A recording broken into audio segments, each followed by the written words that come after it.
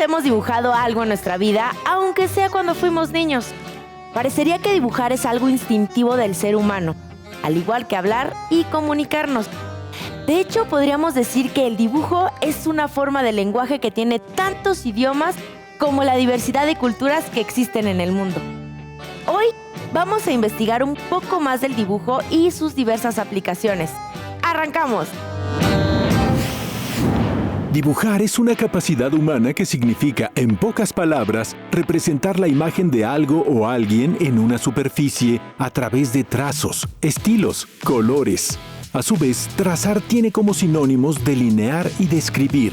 Así es como podemos definir que dibujar es entonces la descripción visual de una cosa sobre una superficie. Cuando aquello que se dibuja o se describe visualmente tiene relación con el mundo real, se dice que ese es un dibujo representativo, representa algo real. Un ejemplo sencillo de esto es el dibujo de una cafetera que aparece en su manual de instrucciones. Cuando aquello que se dibuja es una simplificación de la realidad, se dice que el dibujo es una abstracción de la realidad, como un dibujo artístico, por ejemplo. Pero también puede ser una abstracción visual de un proceso de trabajo, como puedes ver en un diagrama de flujo.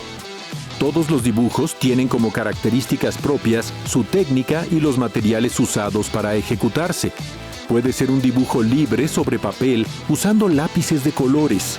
Puede hacerse un dibujo científico con una computadora o simplemente hacer figuras en la arena de la playa con tu pie. La idea sigue siendo la misma: hacer descripciones visuales sobre una superficie. El pintor y teórico Vasily Kandinsky resumió los elementos básicos que conforman un dibujo, una pintura o cualquier descripción visual. Estos son el punto, la línea y el plano. Todos conocemos al punto. Es la forma mínima que puedes dibujar con un lápiz, una pluma o con tu propio dedo. Solo presionas sobre la superficie y listo. La línea ocurre cuando un punto se mueve o se repite con dirección. Si mantienes presionado el lápiz con el que dibujaste el punto y mueves tu mano, dibujarás una línea. Si dibujas muchos puntos uno junto al otro en una dirección y te alejas lo suficiente, tendrás también una línea. Esto lo puedes ver en una pantalla de computadora, donde todas las imágenes están hechas de puntos llamados píxeles. El último elemento básico es el plano. Esta es una superficie lo suficientemente amplia para que dentro de ella existan puntos y líneas. Es la superficie sobre la cual aparecen los demás elementos. Una página de tu cuaderno es un plano, igual que el lienzo de una pintura. Mientras una línea solo tiene dirección, un plano tiene forma o volumen, tiene bordes y fronteras. Sobre un plano es que los dibujantes hacen su composición, que significa el orden y la relación que guardan los elementos entre ellos con relación al plano. La armonía o tensión entre ellos dependerá primero de la forma del plano, luego de los tamaños y posiciones de los elementos dentro del plano, y finalmente los colores y el peso de las manchas que forman el plano.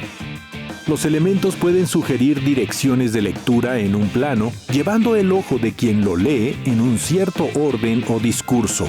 Dependiendo de la habilidad del dibujante al usar estos elementos y del conocimiento que tenga acerca de composición visual, el dibujo puede tener una lectura correcta y entendible.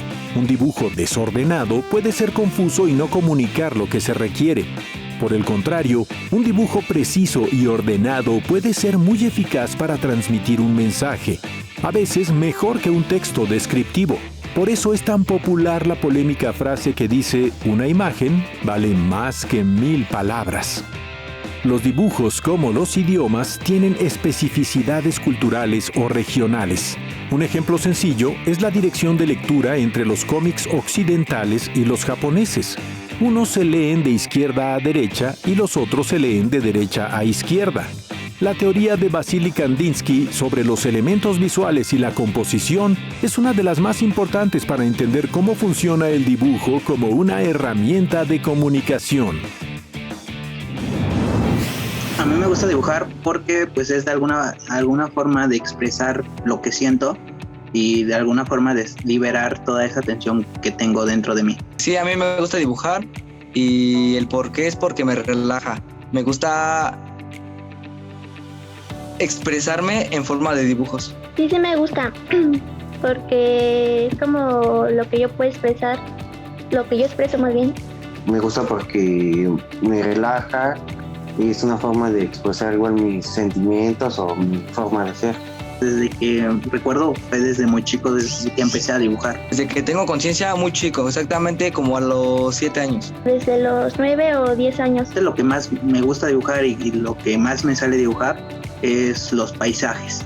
Sí, me gusta dibujar rostros o paisajes. Lo que dibujo son los paisajes o animaciones. Paisajes y animaciones.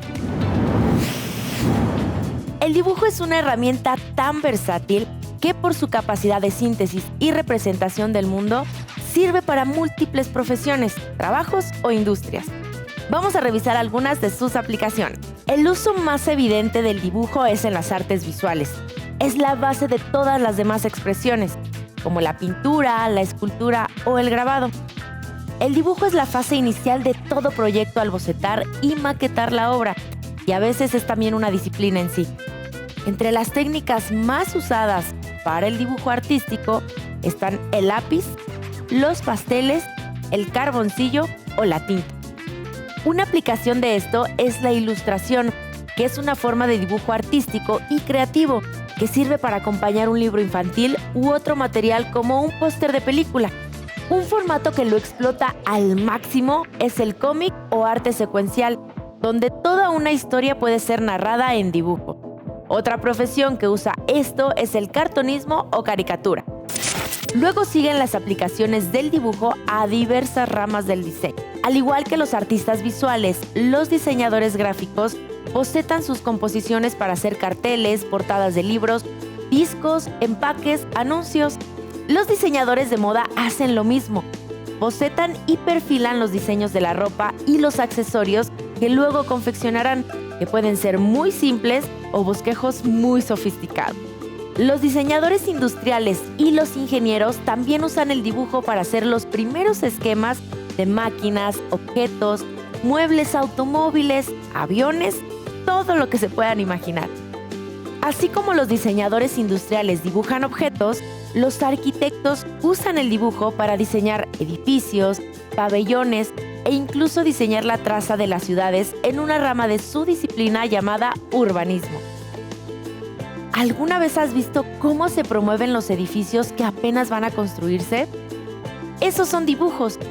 Algunos parecen tan realistas que es imposible distinguirlos de fotografías, porque los programas informáticos que usan los talleres de arquitectos permiten modelar las formas, el color y las texturas con precisión.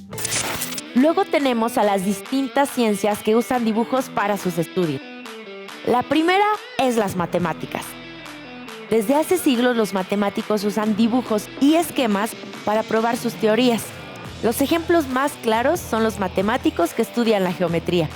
Hoy en día los matemáticos y físicos hacen modelos increíblemente complejos para estudiar cosas igual de complejas, como la teoría de nudos o las curvaturas del espacio creadas por la gravedad. Los químicos usan también el dibujo para hacer modelos esquemáticos de las sustancias o compuestos que analizan y de sus fórmulas. Seguramente has visto estos dibujos de moléculas en tus libros de texto. Los geógrafos han usado por siglos el dibujo como una herramienta útil. Describir los terrenos, las formas de los minerales, el contenido de las capas terrestres se han hecho con dibujos.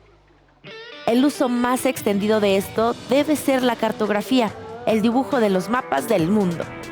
Los biólogos utilizan el dibujo constantemente para ilustrar las distintas especies de seres vivos en el planeta. Animales, plantas organismos unicelulares que observan en el microscopio, todas estas especies han pasado por las manos de dibujantes.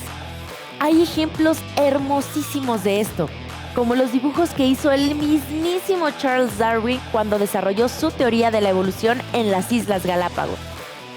Los médicos usan igual el dibujo para hacer esquemas y representaciones de la anatomía humana, los órganos que tratan y para explicar a sus pacientes los procedimientos quirúrgicos que atravesarán. Otra aplicación del dibujo ocurre en el mundo de las leyes y la impartición de justicia.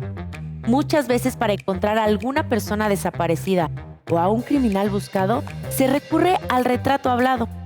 Los dibujantes de retrato hablado son increíbles para trazar de manera rápida las descripciones que hace otra persona. Frente ancha, labios delgados, cabello rizado.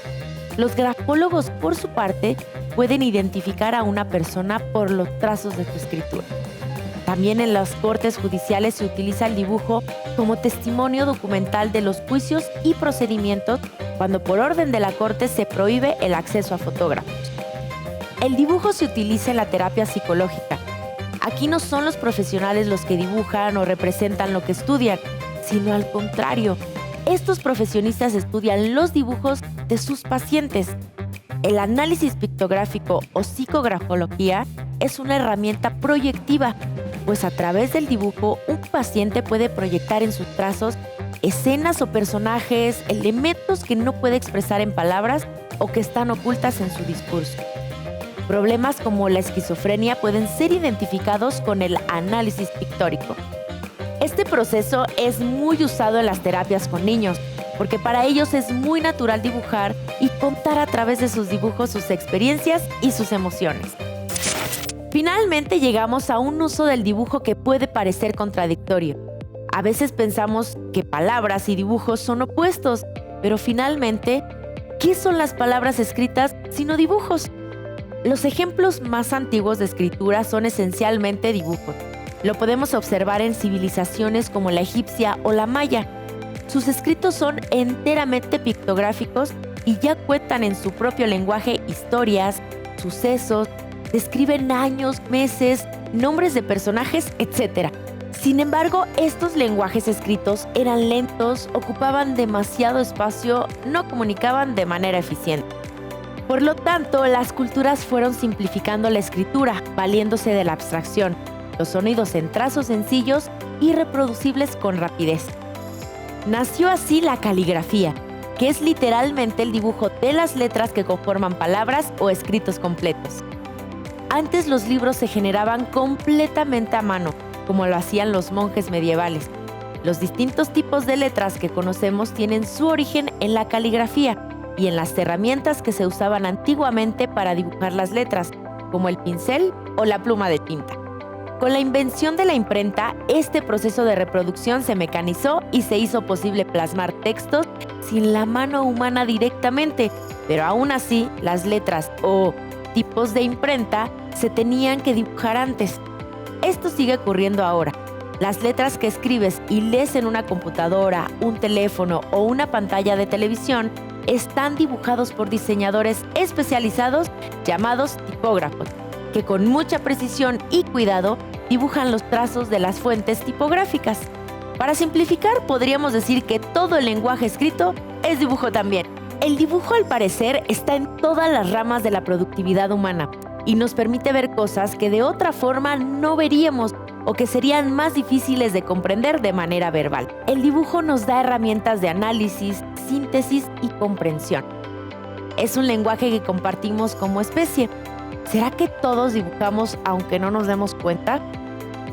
¿Cuándo aprendemos a dibujar? Maestros y especialistas en educación han estudiado el desarrollo del dibujo en los seres humanos desde que somos muy pequeños y podemos tomar en nuestras manos un lápiz o una crayola, o incluso dibujar con nuestras propias manos llenas de pintura. Vamos a escuchar a un experto en el tema para ver cómo ocurre este proceso.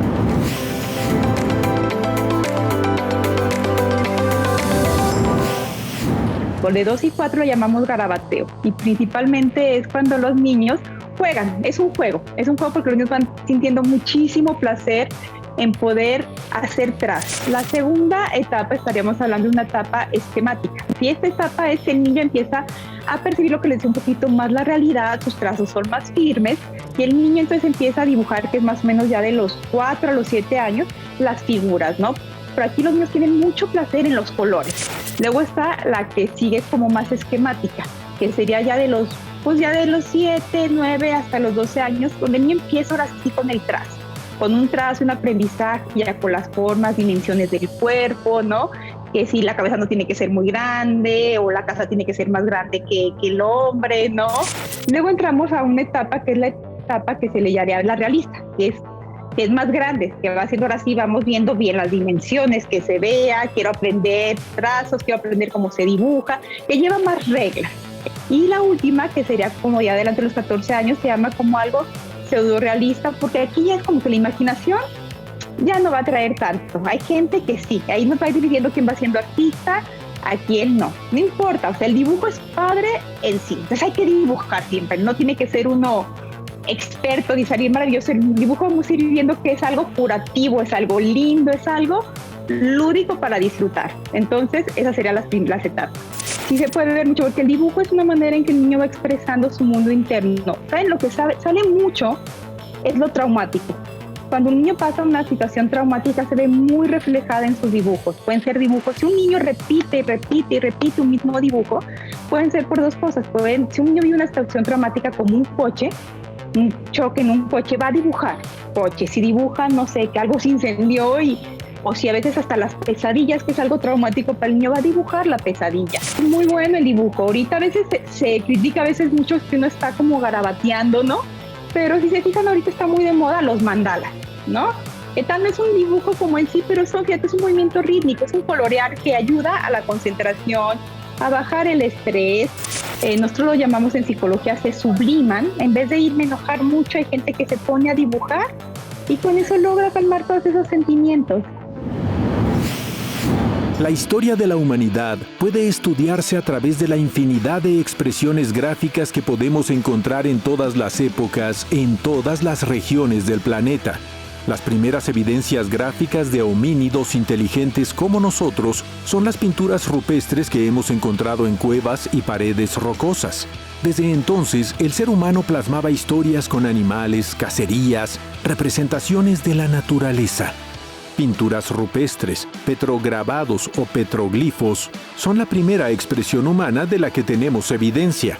Las civilizaciones antiguas escribieron sobre sus templos y estelas historias y dejaron testimonios de sus reyes y de los dioses en los que creían, todo a través del dibujo. En las culturas del Oriente, el dibujo fue también una disciplina que llegó a niveles de estilización y perfección admirables. Por muchos siglos, el dibujo se limitó a las 2 dimensiones. Las figuras solo tenían altura y ancho. Eso fue hasta que los grandes descubrimientos geométricos y matemáticos de finales de la Edad Media provocaron una revolución en la representación. A partir del Renacimiento, grandes genios del dibujo, como Miguel Ángel, Leonardo da Vinci o Rafael, cambiaron para siempre el dibujo y la pintura, dando la sensación de dibujar el mundo tal cual es, en sus 3 dimensiones, añadiendo la profundidad. El estilo realista de representación fue perfeccionado a lo largo de unos 300 años, consiguiendo detalles sorprendentes, hasta que otra revolución del arte cambió el canon. Esto ocurrió a mediados del siglo XIX y se desarrolló en las escuelas expresionistas, surrealistas, dadaístas y cubistas. Se buscaba romper con el estilo clásico y representativo para investigar el mundo de las formas puras de manera abstracta que no tuvieran relación directa con aquello que podemos observar en la realidad. Este fue el inicio del arte contemporáneo. Actualmente basta con dar algunos clics para tener acceso a una infinita lista de expresiones del dibujo: ilustradores, tatuadores, artistas del cómic o la novela gráfica, caricaturas en la televisión, memes. El universo del dibujo es inacabable. ¿Quieres ser parte de él?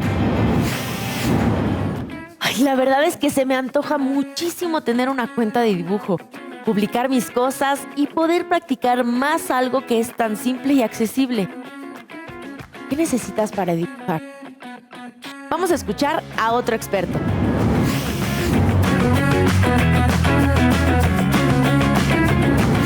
Lo ideal es tener constancia. La base para poder dibujar y poder dedicarse a esto es tener constancia.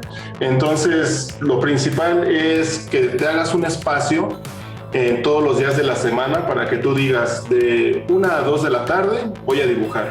Y eso lo cumplas así como si fuera lo más importante de tu día. Entonces, diario de 1 a 2 de la tarde te vas a poner a dibujar.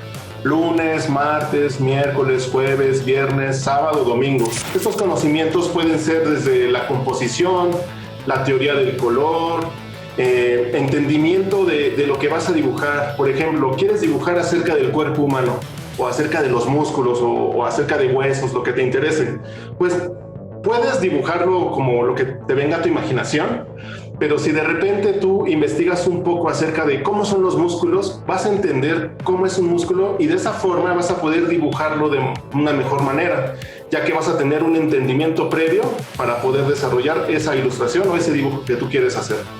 Estudiar dibujo actualmente creo que es lo más fácil del mundo y también personalmente creo que estudiar casi cualquier cosa a la que quieras estudiar hoy es de una manera súper sencilla.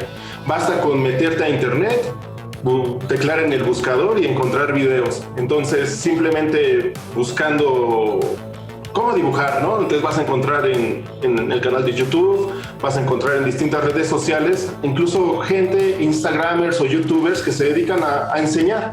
Entonces hoy en día creo que lo único que te hace falta es tener ganas y tener como este ímpetu de voy a intentar hacerlo. Entonces simplemente es eso, tener ganas y tener acceso a internet para encontrarlo.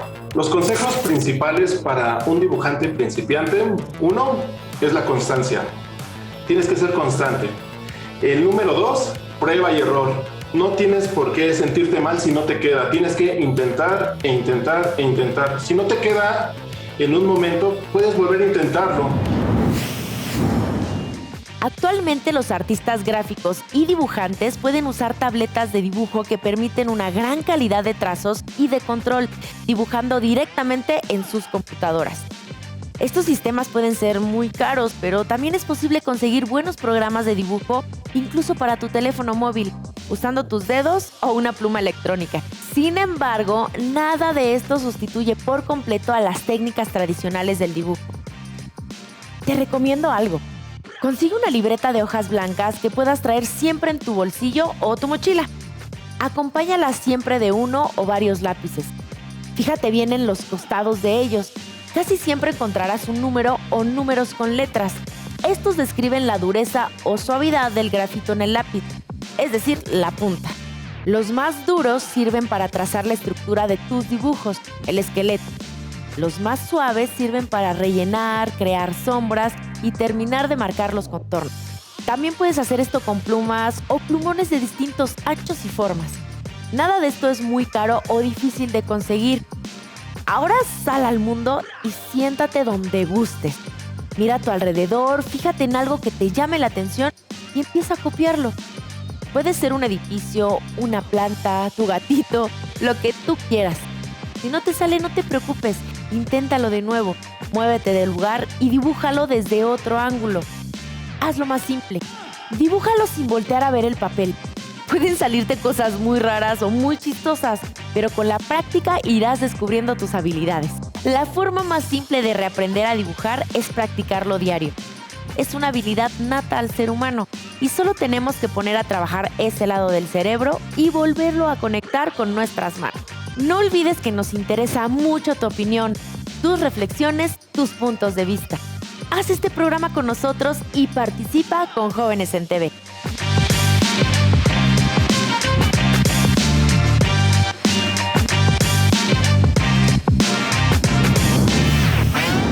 Para terminar, déjame decirte que en esto del dibujo, la pintura y el diseño, no te debes desanimar ni desesperar. Recuerda que hasta Picasso hacía dibujos feos de vez en cuando. Esto fue Vida Productiva. Si no lo hacemos nosotros, ¿quién? Abrazos.